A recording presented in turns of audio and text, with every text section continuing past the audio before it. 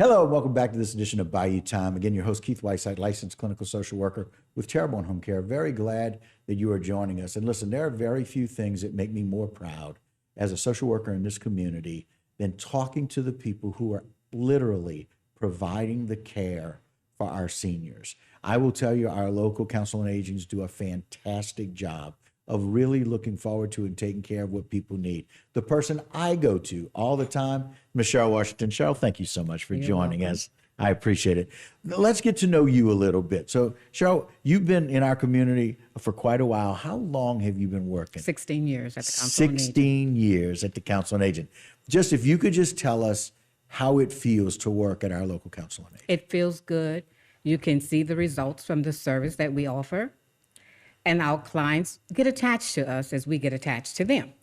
Yeah, and so even though it's not just social workers calling to ask for services, it's not just those people in the community say, I need something for mom and dad. It's those people calling to talk to you, to thank you, yes, to appreciate you for what you're doing. That's got to feel really good when y'all are standing around the water cooler talking, if you will, about that. And y'all don't have a lot of time to do that, I know, because I'm calling you all the time. Okay. And thank God I'm able to do that. And thank God Terrebonne Home Care lets me do that. But let's talk about some of those services and some of the things that y'all receive a lot of calls about over at the council. Okay. We have our in-home services. That includes emergency meals for clients that just got out of the hospital. Okay. We have the regular home delivered meals for people that are homebound. We have the food for seniors, which is the commodities. Right. We have medical transportation. We have respite. And we have my program, Senior RX and ADRC. Right. And we're going to talk a whole lot more about that one. That's what you specialize in, I know. But how many meals can they get for when they come out of out of the hospital? Y'all are providing meals for them, for those people that need them. And so I love the fact that y'all are providing those emergency meals. And that's different from the regular home delivered meals. But we have a number of people that really get those home delivered meals. And listen, I got to tell you, they rely on that. They do. They also rely on those commodities. And that's a really big deal to be able to provide that. Now, I know the process is that we send somebody into the house and they do an assessment, right? And there's an index, if you will, an indices that they get a score. And then they may get approved. Let me explain. Okay, please do. As far as the emergency home delivered meals, as I say, it comes when you come out of the hospital, and the regular home delivered meals, everything is done by an assessment. Right. It's the ability of what you can do once you've come out of the hospital or once you ask for the home delivered meals. Everything is done by an assessment and it goes on a score. Right. You may be approved for the services, but you also may be put on a waiting list because we do not have enough workers to do what we have. The demand is high, which is good because that means that the people in Terrebonne Parish need the assistance. We are there to provide that assistance. Right. And like you said, it's some of that respite care, right? And it's some of that homemaker services and those in-home services that are very difficult because we have a staffing shortage. You have a staffing shortage, and you really have elderly people that used to can do things that can't do it now because they're older, their back hurts, they can't stand up too long to wash dishes.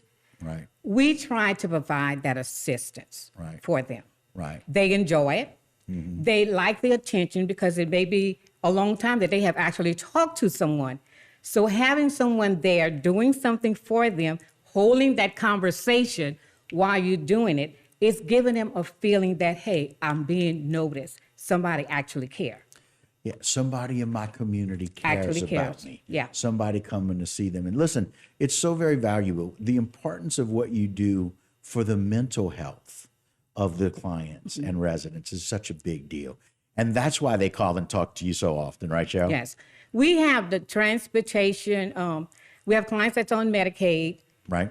Some of them have problems getting transportation to their appointments. So we carry them to their appointments to start behavioral health unit. No problem.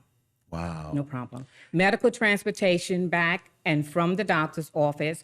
We do not go to New Orleans. The furthest we go is to the wellness center in Thibodeau. Wellness Center in Thibodeau. Wellness Center in Okay, Thibodeau. so Yes. y'all do provide transportation Yes. back and forth to the Wellness Center. There was a time when we didn't really But they didn't, cross yeah. parish lines, right? Yeah. But now you'll do that. Yes. That's exciting. That is exciting. Wow. All right. So Yes. Keith learned something new today. I learn something new every time I talk to Cheryl. That's just the way it is.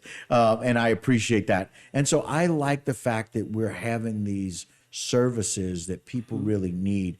And look, very often those needs change. So when those needs change, we need to reach out to y'all, right? And say, Yes. we need to be reassessed, right? What I want to inform the clients, if you are approved, but you're on a waiting list, don't give up. You're coming up eventually. Be patient. We're trying our best to get to you. We Right. really are. And that even means having enough staff to increase home delivered meals to every area. We just don't have enough drivers and enough people to get all of those meals out. One of the new clients was asking me, all right, Keith, I know they got me approved, but they're not coming yet. What time are they going to come? I said, well, that all depends upon how many meals are delivered in that availability. area, right? So it's the availability of the drivers Yep. and availability of those things.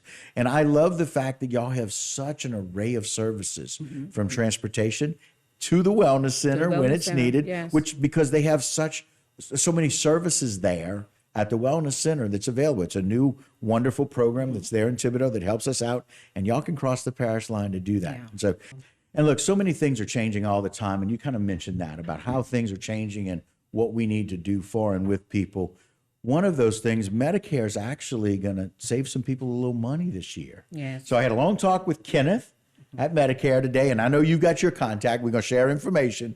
But I found out that A and B typically, traditionally, each month, $171.10 comes out of the Social Security. Next year in 2023, it's going to be $164.90.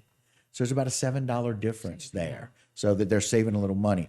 And then for Part D plans, instead of the maximum being $63, the maximum is going to be $62. So we may think, okay, so $8 a month, you know, It makes a difference. not a big deal, but $100 a year, that Yes, does it make makes a a difference difference. for a lot of people. Now, one of the things I like to clarify, I just want to let people at home know, Part C plans are called managed care plans. The managed care plan, if you sign up for a managed care plan, it replaces your Medicare A and B. You no longer have traditional Medicare A and B. A Medicare C plan, managed care plan, replaces that. But you can always choose a Part D plan. And people don't always know what to do with a Part D plan. That's where our specialist Cheryl comes in. So walk us through that process about when somebody wants to know more information about Part D plan, what you do for your clients. When they turn to eligible age of 65 to get Medicare, not unless they've been on disability for 2 years, then they enroll automatically into Medicare.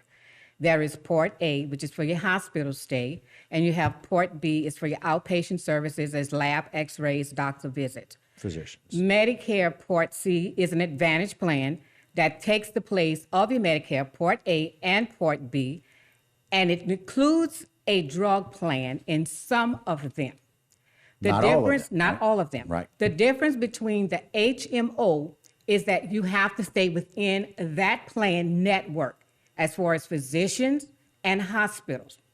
The PPO, you can go to any doctor, any hospital, but there is a difference on what you're going to pay first versus to what that plan is going to pick up after you've met your max. So those deductibles can be very Yes. different. That's what people need to know. Those deductibles can be very Yeah. different. Some of them are pretty high, and some of them are per day. Yeah. Meaning if you have to go into the hospital, it may cost you $63 a day. That's one Today, of those. 10. Okay. Today, 10. Okay. You So paying through that. day 10, You paying it. $630. So those are the things that people really need to look at the fine print to be able to figure out, is that going to be a charge? Because a lot of these plans on TV Free. and calling, oh, zero deductible, zero out of pocket, until you see the fine print. Some of those have a $6,500 deductible That's the that I've PPO. read. That's Yes, the PPO, that's the right? PPO. Something very important. So there's a difference between PPO and HMO. Yes. Very good clarification. So people need to be on the lookout at PPO versus HMO. Now, let's talk about Part D when people typically stay on traditional Medicare, which is a lot easier for people providing services because Medicare overall says just go take care of them. You let us know what you need. You can take care of them. Here's that money. Managed care, however, manages that care. Yeah. They get to decide what you do or don't get, the approvals. But if they stay on traditional Medicare and they get a Part D plan, you can help them with that. Yes. So tell us how that happens. Open enrollment started October the 15th and goes through December the 7th. I am currently accepting applications for comparisons of plans. What I do is compare your plan of this year to future plans for 23 because they have changed. The monthly premium have gone down in some of them, Right. and some of them the premium has gone up. If you are a client with a low income, based on your income, I can help you apply for what we call low income subsidy, it's LIS, and MSP, which is Medicare Savings Program, to put your premium B back into your check, which allows you to get your full Social Security check. The LIS assists with your medications where your name brand is no higher than $10.85. Wow. Now, And if you reach the gap in your prescription drug plan, depending on who your physician is, I also do the Senior RX Medication Assistance Program. If you qualify for this program, you will receive 3 months of free medication until the end of the calendar year. so once you hit that gap, Once you hit that gap, we can help make sure that, That it's you called still have gap- your medicine that you gap need. coverage. Yeah, Right? that's the to gap be able to coverage. do that. Wow. So those 3 different programs, if people don't know about them, it may make a difference. So Yeah. you first help with what are the medicines you have, what's the best plan, and do you can you get approved for this LIS program? Can you get approved For the MSP. for this MSP program? And can you get approved Senior Rx. from Senior RX? And so those are some really important things that not everybody knows, which is why we, the social workers in the field, are calling Cheryl. We're calling to make sure that our clients get that information. And you can do it by either being present or on we the can do it phone. over the phone. Yes. Wow. And so, Cheryl, some wonderful information that I don't think people always realize. And that's why it's so very important to be able to tune into you. Thank you for the 16 years of service that I know you've loved every minute of. Thank you for being an expert in the field that we as a community resource can go to. And thank you for, more importantly, for making a positive difference in our seniors' lives every day. It's a really big deal. It is. We It's a good appreciate it. feeling. It's got to be. It is. It's got to be. Well, thank you for what you do. It is certainly noticed from those of us there. So thanks again for what you do. You're welcome. All right. Guys, that'll do it for this particular segment. Don't go anywhere. A whole lot more local programming here on HTV.